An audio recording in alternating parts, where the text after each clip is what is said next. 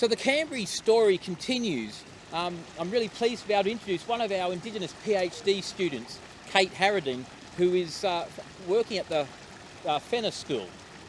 But Kate, the story of Kambri Creek, you've got a history connection here as well. Can you tell us about it? I do have a little history. So I did my undergraduate study at ANU, and we didn't have enough water subjects at that time, so I took on volunteer work in water quality. So I was involved with the original CHIP, Catchment Health Indicators project, that was piloted in Sullivan's Creek or Kambri Creek, and my testing sites were actually like the big pond up at the back of Toad Hall, Yep. there at that bridge, and down further towards the canoeing place. And so that was many, many years ago, and now I do stormwater in Yowlumna Creek. So this is your PhD. Water, what, in terms of traditional flowways or stormwater? What are you looking at? So I'm looking specifically at stormwater, and my gripe really is that I think we have too much concrete.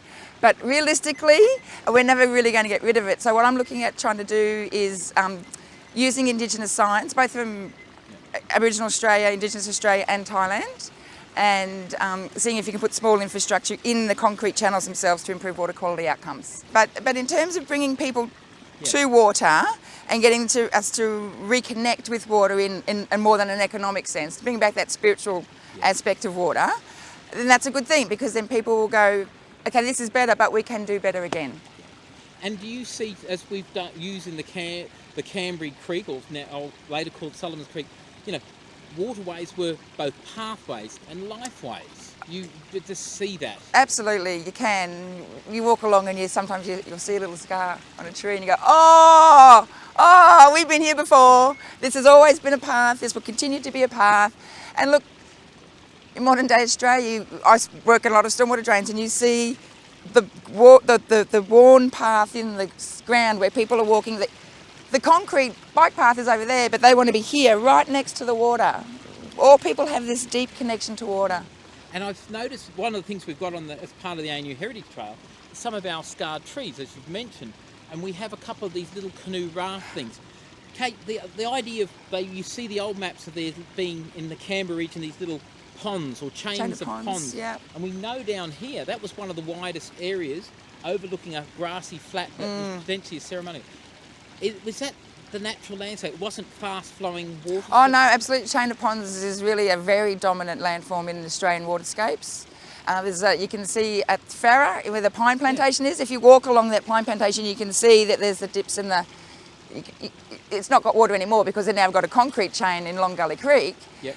But you can see on the bank beside that this was a chain of ponds. And you mentioned islands almost. So for my research, I'm kind of flipping this notion around.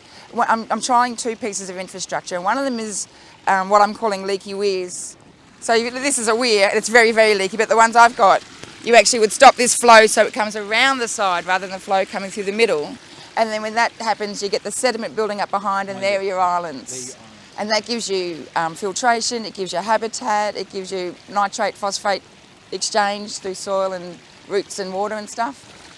Okay, in terms of the leaky weir, on my sites, what I do is I actually put the little bit of wood. It's just a tiny little bit of wood. It doesn't be anything sophisticated because life is simple.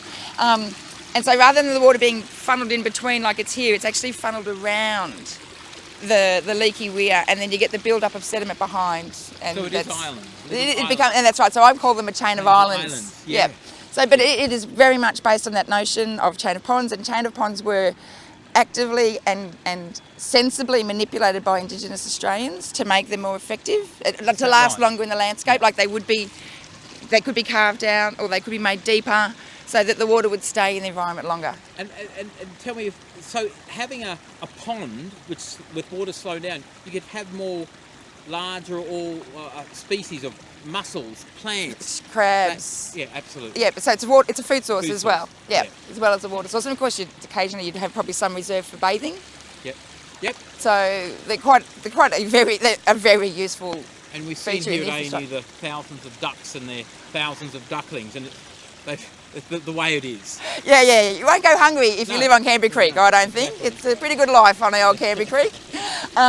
And I think the other thing I wanted to mention was, see, they've got the naked banks here. I'm hoping that's because they're preparing to plant appropriate sedges and Okay. water plants and stuff like that, which will contribute to the slowing of the water and then reducing the impact further downstream. So once they're up and established, that will actually make a difference too. Okay. And that fits within, so Gammagee's the Yeah. biggest estate on earth, Yeah. talks about templates. That's part of the template. He would use that. That's what the Indigenous people use as part of the maintaining the edges of the stream and protecting downstream. We need to have this connect then with our gardens and our... Yeah, that's right. This is actually potentially a template, Yeah. as Gamagee talks about, that we can overlay and that you can use for an extended period to maintain the landscape.